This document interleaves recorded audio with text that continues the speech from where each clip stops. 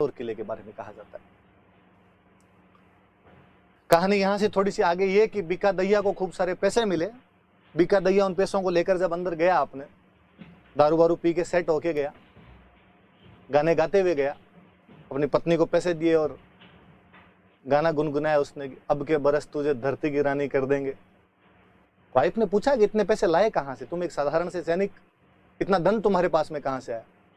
वो दारू पिया था। उसने कहा तू रख दे, अंदर ले जाएगी, इतना लोड क्यों लेती है, मजे कर तुम, पैसे की लगा दूं डेयरी में। अरे तो पैसे हैं, रानी बनेगी तू, रानी, मत तेरा राजा तू मेरी रानी है। अब तो बताओ तो सही कहां से क्या है। मुझे तो जबान बहुत चलाती है, आम खाने हैं, गुठलियां गिननी है। उसने कहा फिर भी इतना धन हमारे पास कैसे आ सकता है? और बीका दहिया ने दारू के नशे में वो बात अपनी पत्नी, जिसका नाम कई जगह हीरा दे लिखा हुआ था, उसको बता दी कि मैंने ऐसे ऐसे अलाउद्दीन खिलजी को किले के अंदर आने का रास्ता बता दिया है। कल अलाउद्दीन खिलजी कानड़देव और वीरमदेव को मारकर किले पर अधिकार कर लेगा और मुझे यहाँ का राजा बनाएगा। वो शराब पिया हुआ था, बिस्तर पर गिरते ही सो गया। उसकी पत्नी हीरा दे ये सोचती है कि विश्वासघाती मेरा पति है, ये देशद्रोही मेरा पति है, और उसे लगता है कि ऐसे विश्वासघाती और देशद्रोही पति के होने से ज्यादा अच्छा है कि पति हो ही ना। मैं ऐसे किसी व्यक्ति के साथ रहना कभी पसंद नहीं करूंगी जो देश की सुरक्षा, एकता और अखंडता को किसी भी प्रकार का नुकसान पहुंचाता हो। वो चाकू लेकर आती है और अपने पति को मार देती है। बीका दहिया नामक उस विश्वासघाती का अंत उसकी पत्नी के द्वारा कर दिया गया। मुझे लगता है वो महिला, वो लड़की कितनी महान रही होगी कि अपने पति को मारने से भी नहीं हिचकी, क्योंकि जब पति देश के खिलाफ हो गया था। ऐसे उदाहरण केवल और केवल आपको राजस्थान के अंदर मिल सकते हैं, जब कोई मां अपने बेटे को अपने देश की रक्षा के लिए बलिवेदी पर चढ़ा दे, कोई पत्नी अपने पति को इसलिए सर काट कर दे दे कि उसका पति युद्ध करने नहीं जा रहा है, कोई पत्नी अपने किले के दरवाजे इस वजह से बंद कर दे कि उसका पति हार कर वापस आया है, और कोई पत्नी इसलिए अपने पति को मार दे कि वो विश्वासघात करता है, देश की सुरक्षा के साथ खिलवाड़ करता है। राजस्थान में ऐसी वीर माताएं हुई थी, ऐसी वीर पत्नियां हुई थी, इसलिए ऐसे वीर पैदा हो सके। मैं हमेशा आपको कहता हूं कि दुनिया की तमाम जगह पर जहां जहां मानव सभ्यता का विकास हुआ होगा, युद्ध हुए होंगे, पुरुष लड़े होंगे, बात दिगर है कि कोई जीता होगा, कोई हारा होगा, कोई अधिक वीर रहा होगा, कोई कम वीर रहा होगा, पर ऐसी वीरांगनाएं, ऐसी ललनाएं अन्य जगह पर नहीं मिलती, जो अपने पति धर्म के लिए, अपने पतिव्रता होने के लिए, अपने देश के लिए, अपने वैल्यूज के लिए लड़कट मर मिटी हो। जौहर की ज्वालाओं में अपना वो पार्थिव देह मिला दिया हो उन्होंने, खुशी खुशी अपने पुत्रों को, पतियों को युद्ध की बलिवेदी पर चढ़ने भेज दिया होगा। किसी कवि का एक अच्छा सा दुआ है कि सूत मरियो हित देश में हरख्यो बंधु समाज। सूत मतलब बेटा, बेटा मर गया देश के हित में, सूत मरियो हित देश में, हरख्यो बंधु समाज। हरख्यो मतलब राजी होना, बंधु भाई, समाज, समाज और भाई जो थे वो राजी हुए कि देश के लिए मरा है। माने हरखी जलम दे, उतरी हरखी आज। पर मां इस बच्चे को कोख से जन्म देते समय जितनी राजी नहीं हुई थी, उतनी राजी आज भी है। उसकी छाती गर्व से चौड़ी हो गई कि मेरा बेटा देश के लिए काम आया है। उसने अपने अन्य छोटे बेटे के सर पर हाथ फेरा और उसकी आंखों में देखा कि एक दिन यह भी जाएगा और यह भी युद्ध के मैदान के अंदर लड़ेगा। ऐसी माओं ने, ऐसी महिलाओं ने इस राजस्थान की गाथाएं रची है, पुरुषों के भरोसे नहीं रची गई है। मुझे और किसी एक कवि का एक बहुत अच्छा दोहा याद आता है कि कवि कितनी सुंदरता से ये बात कहलाता है। सूर्यमल मिशन की वीर सतसई का एक दोहा है। एक तो वो दोहा जो आप लोगों ने सबने सुना होगा कि इला न देनी आपनी न हालरियो हुल राय, कोई पूत सिखाने पालने न मरण बढ़ाई माए। इला न देनी आपनी, धरती नहीं देनी अपनी, हालरियो हुल राय। हालरिये में हिलाते समय, पालने में झुलाते समय एक माँ अपने बच्चे को लोरी के अंदर सुनाती है कि धरती मत देना। इला न देनी आपनी न हालरियो हुल राय, पूत सिखाने पालना मरण बढ़ाई माए। कि मर जाना, माँ अपने बच्चे को उस पालने के अंदर ये सब बात समझाती है।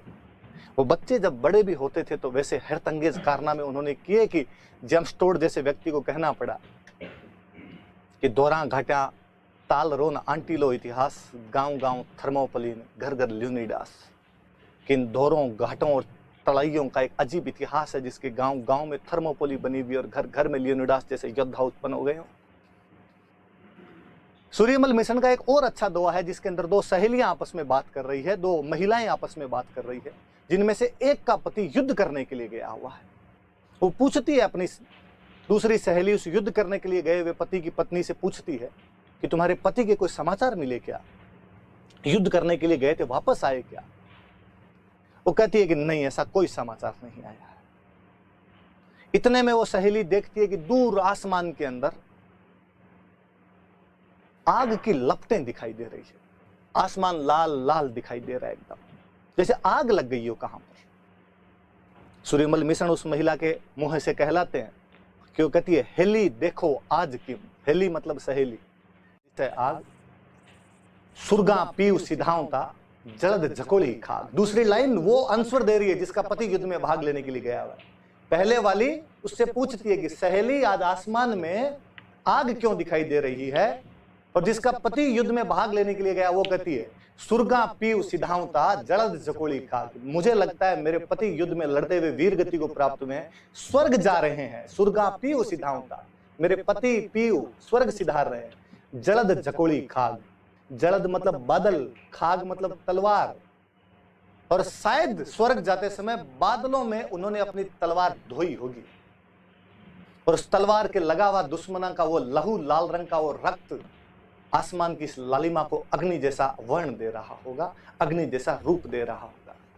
कितने सिंपल तरीके से, कितने साधारण शब्दों में किसी महिला की वीरता का इसे सुंदर बखान मुझे दुनिया की अन्य किसी भाषा के अंदर नहीं मिलता है। दुनिया की तमाम भाषाएं, वो भले ही हमारे भारत की कोई भाषाएं रही हो या विश्व की अन्य कोई भाषाएं रही हो, महिला को केवल और केवल एक आभूषण मानती है, महिलाओं को केवल और केवल सौंदर्य की वस्तु मानती है, उन्हें पुरुषों को आकर्षण करने वाला एक केंद्र मानती है।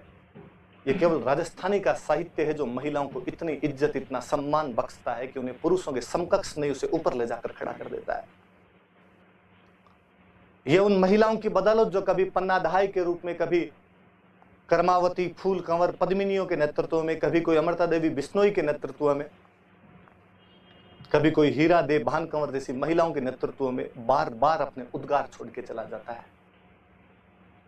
और जब उन महिलाओं का वो बलिदान, उन महिलाओं की वो बातें सुनते पढ़ते हैं,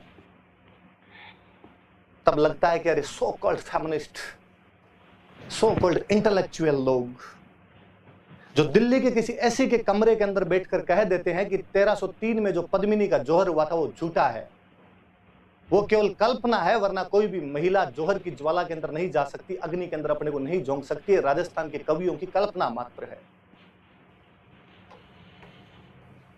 तब उन्हें बताना पड़े कि चूंकि तुम लोगों ने वो व्यवस्था ही नहीं देखी है, इसलिए तुम्हें लगता है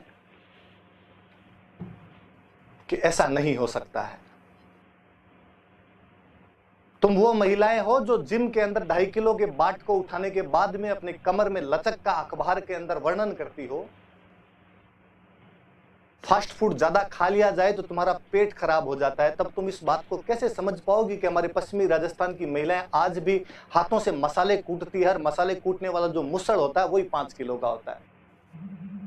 कूटती है, मसाले कूटने वाला जो मुसड़ होता है वही 5 किलो का होता है, और केवल एक हाथ से वो मसाले कूट लेती है, दूसरा हाथ तो उसे पड़ोसन से चुगलियां करने के लिए चाहिए होता है।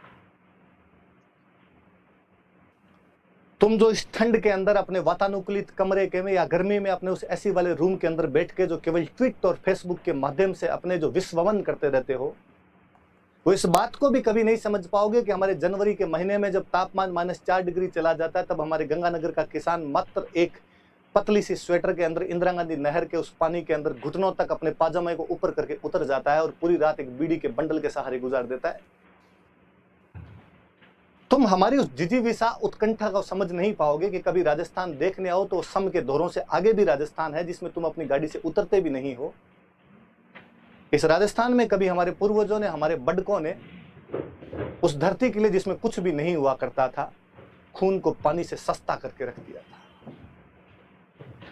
तब स्वरा भास्कर जैसी इंटेलेक्चुअल महिलाओं की बुद्धि पर बहुत ही तरस आता है जब वो कहती है कि यदि मैं पद्मिनी की जगह होती तो मरने के बजाय अलाउद्दीन खिलजी के हरम में जाना पसंद करती। दो चीज होती है, एक होता है जीवन और एक होता है गरिमा युक्त जीवन, लाइफ विद ऑनर। जीवन यह है कि पद्मिनी जौहर ना करती और अलाउद्दीन खिलजी के साथ में चली जाती और सेक्स स्लेव बन के उसके हरम के अंदर अपनी पूरी जिंदगी काट देती। यह जीवन था, पर इसमें गरिमा नहीं थी। गरिमा यह है कि मेरे पति के अलावा दूसरा कोई भी मेरे इस पवित्र देह के हाथ नहीं लगा सकता, और यदि ऐसा होना असंभवी हो गया है तो मैं अपने इस पवित्र शरीर को पवित्र अग्नि की लपटों के अंदर समर्पित करके रख दूंगी। मुझे बहुत साल पहले का किस्सा याद आता है कि एक बार बॉम्बे के अंदर एक कोल गर्ल को कुछ लड़कों ने बिना पैसे दिए अपने साथ ले जाने का प्रयास किया, तो वह लड़की 5 मंजिल ऊपर से नीचे कूदकर सुसाइड कर लेती है। उन लड़कों के हाथ नहीं आती। मुझे लगा कि उस महिला के अंदर भी, जिसका काम यही करना था पैसे लेके, गरिमा थी। उसे अपने मन के मुताबिक कोई बात नहीं होना सही नहीं लगा, माकूल नहीं लगा, और उसने अपनी जान दे दी। तो वे महिलाएं जिनको पतिव्रता नारियों के रूप में भारत राजस्थान पूजता है, जिन्हें सती मानता है, कोई आनिया भानिया आके अंगुली उठाकर चला जाता है और हमारे पास कोई जवाब नहीं होते हैं, केवल इसलिए कि वामपंथी इतिहासकारों ने हमारे राजस्थान के इतिहास को मेन डिस्कोर्स के अंदर शामिल नहीं किया, केवल इसलिए कि भारत के बाकी जगह के लोग किसी हीरा दे नाम की महिला के बारे में जानते नहीं है, जिसने अपने विश्वासघाती पति बीका दहिया को मारकर रख दिया था। मुझे और लगता है कई बार कि हमारा पानी खुद का कितना, हमारा खून कितना पानी हो गया होगा कि किसी समय में हमारे राजस्थान के अंदर वो पूर्वज रहे होंगे जो इतने महान महान काम करते थे। इवन ये केवल मैं राजा महाराजाओं की बात नहीं कर रहा, गांव गांव में आपको ऐसी कहानियां मिलेगी। मेरे दादाजी ने अक्सर कोई कहानियां सुनाते रहते हैं कि अपने यहां पर एक चौधरी था और वो भैंस के ऊपर से छलांग लगा जाया करता था। मैं जब भी उस व्यक्ति को कल्पनाओं में सोचता हूं तो लगता है कितना बेहतरीन एथलीट रहा होगा कि दौड़कर भैंस जैसे बड़े जानवर के ऊपर इतना ऊंचे से वो छलांग लगा जाया करता होगा। गांव में ऐसी खूब सारी कहानियां हैं कि एक महिला खेत में काम करने के लिए गई और वापस जब लौट रही थी तो रास्ते में उसके बच्चा हो गया, डिलीवरी हो गई और वो बच्चे को घर पर लेकर आ गई थी। एक पीढ़ी पहले तक ऐसी कहानियां मिल जाएगी कि महिला डिलीवरी के अंदर 5 किलो गोंद के लड्डू खा जाया करती थी। मुझे लगता है कितना समय कितना जल्दी बदला है कि हम में वो सारी चीजें समाप्त हो गई है। अब जब महिलाएं 5 किलो गोंद के लड्डू नहीं खा सकती और प्रेगनेंसी के अंदर इमली चाहिए तो बच्चे इमली जैसे ही पैदा होंगे। तब लगता है कि वो हीरादे जैसी महिलाएं कहां चली गई। वरना अब तो यह होता है कि पड़ोस के अंदर कोई दो दूसरे पड़ोसी लड़ रहे हैं और पति बाहर खड़ा खड़ा देख रहा हो तो भी महिला कह देती है थे अपना मैं ना जाओ, थे बार ना जाए। तब मुझे लगता है कि आज जब भ्रष्टाचार की इतनी अधिक सूचनाएं मिलती है तो लगता है कि इसमें महिलाओं का बड़ा रोल है कि यदि महिलाओं उन सब के लिए, उन भ्रष्टाचारी पतियों, पुत्रों या अपने किसी भी संबंधी को इसके लिए मना कर दे तो शायद वो व्यक्ति आगे बढ़ने की हिम्मत ही ना जुटा पाए।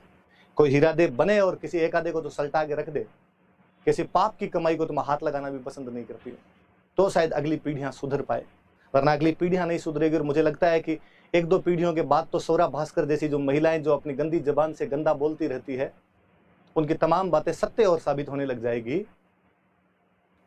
और लोग कहेंगे भी अपने को देखकर कि यार ऐसे ही पहले बड़े रहे होंगे, इन्होंने किताबों के अंदर यूं ही लिखवा दिया होगा।